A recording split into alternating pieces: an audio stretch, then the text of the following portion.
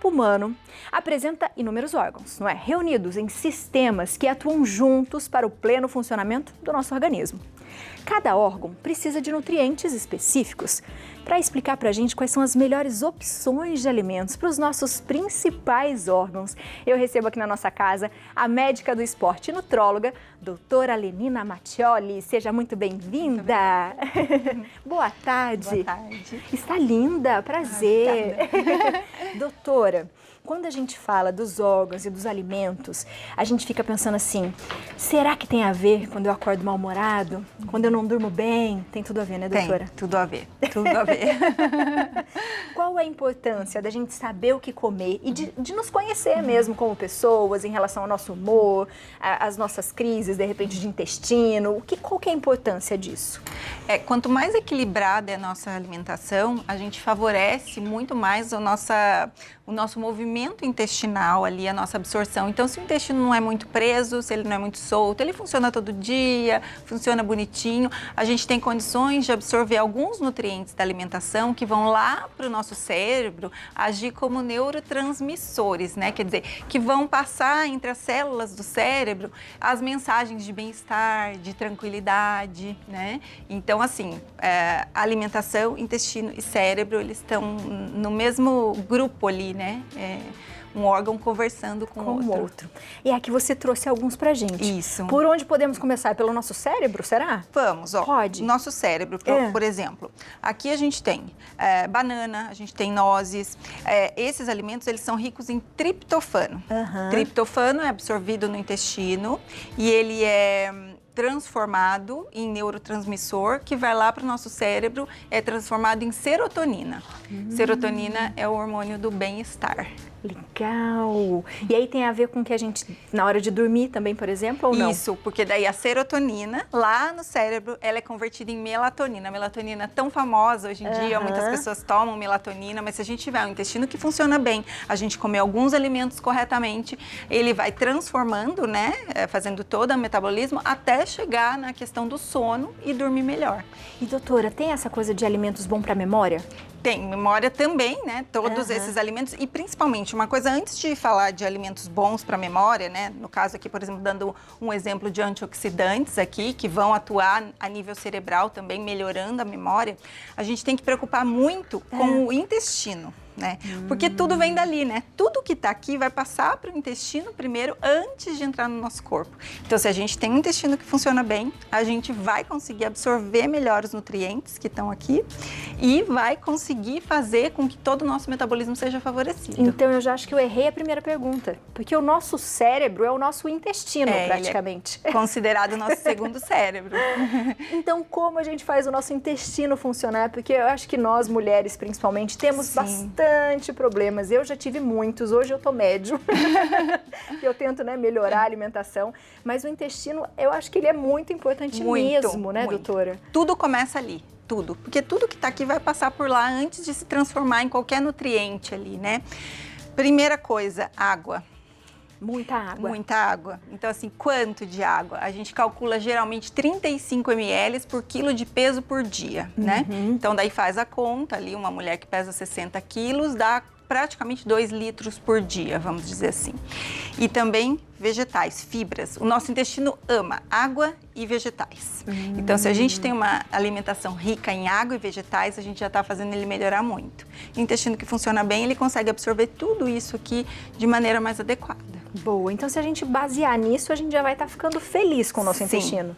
Se a gente começar hoje já, com a água e com os vegetais, já está meio caminho andado, digamos assim. Que maravilha! E depois, o que mais que a gente pode ir? Aí depois a gente tem que favorecer, por exemplo, o nosso sangue, os nossos músculos. Então, assim, alimentos que sejam ricos em proteína, alimentos simples, por exemplo, ovo. Ovo é riquíssimo em proteína, riquíssimo em vitamina B12. Então, favorece tanto a formação das nossas células sanguíneas, que levam oxigênio para todo o corpo, como favorecem também a formação dos músculos, né? A gente vai treinar na academia e para esse músculo cicatrizar ali, a gente precisa não só da vitamina B12, como das proteínas, né, que estão nesses alimentos. Que ali a gente tem a batata também, isso. né? Aí a batata seriam os carboidratos, porque além da proteína, né, eu falo assim que o carboidrato é como se a gente fosse construir um muro. A gente precisa da mão de obra e do material. O material, que é o tijolinho, seriam as proteínas para construir o músculo. Mas a gente precisa da mão de obra, que vai fazer aquele muro ser construído. E aí são os carboidratos bons, que aqui a gente colocou batata doce, mas tem aqui também feijão, arroz, carboidratos de maneira geral, assim, saudáveis, né? Que é bom para o sangue também. Para o sangue também, porque daí eles aqui, os alimentos de origem animal, eles são ricos em ferro e vitamina B12, que faz as células vermelhas do sangue, que levam oxigênio para todos os tecidos. Doutora, quando a gente consegue se alimentar bem, né, e começa a ver as coisas funcionando, mas mas eu ainda tenho problema para dormir, e eu acho que eu já melhorei bastante, mas eu tenho existe alguma suplementação ou algo que a gente deva investir mais na alimentação ainda para isso? Então, eu sempre falo que antes de qualquer coisa, né, fazer o intestino funcionar bem e uma alimentação equilibrada, né? No caso, por exemplo, dificuldade para dormir, aumentar um pouquinho o consumo, por exemplo, de banana, que é rica em triptofano, das nozes, que também são ricas em triptofano. Aqui a questão do morango, das berries, né, até do tomate que está aqui, da cúrcuma, que são antioxidantes. Isso tudo pode melhorar. Só que assim, existe vamos dizer assim, uma linha entre o que você pode melhorar com a alimentação saudável até aquilo realmente ser um problema, né? Daí quando aquilo é um problema, mesmo você já tendo feito toda a base, aí é hora de procurar o médico. Mas muitas pessoas procuram antes, falam, meu sono não tá bom. Mas será que o intestino tá bom? Será que você tá comendo alimentos naturais, saudáveis, com regularidade? Então começa primeiro por aí. Aí o que sobrar, se sobrar, aí vai no médico. Faz investigação, né, doutora? Porque geralmente a gente só reclama, mas não faz tudo tão certinho, né? Acontece. E existe horário, por exemplo, assim, eu até faço certo, mas os meus horários, por exemplo, podem me confundir. Passa muito para almoçar, ou demorar, eu acabei de jantar e já quero dormir, por exemplo. Isso também atrapalha um pouco, doutora? Isso também pode influenciar, principalmente na questão do sono, dependendo da pessoa e dependendo daquela velocidade de digestão e do que a pessoa comeu, vai demorar muito tempo para aquele alimento sair do estômago e aquilo pode pesar um pouquinho na hora de dormir. Então, o ideal é manter pelo menos umas 2 a 3 horas, se você for fazer uma refeição maior à noite, antes de deitar, para poder pelo menos esvaziar o estômago e você ficar mais tranquila sem aquela questão de refluxo ou de algum desconforto. Para as pessoas que têm algum outro problema, por exemplo, eu não como muitas carnes, por exemplo. A gente tem hoje muitas pessoas que são veganas, vegetarianas. O que a gente pode substituir, se é possível, doutora? A questão dos vegetarianos é sem problema porque eles consomem alimentos de origem animal, leite, queijo, né? E também consomem ovos, né? Então, não há problema. Praticamente investir nisso. Isso, a gente não vê diferença nenhuma. Os veganos, eles perdem uma fonte importante de vitamina B12 e de ferro. Então, o ideal é que eles sejam acompanhados a cada 6 meses, ou às vezes um tempo um pouquinho menor, para ver se realmente a alimentação deles está suprindo a fonte de ferro e B12, né? No caso, o ferro viria das folhas verdes escuras, né?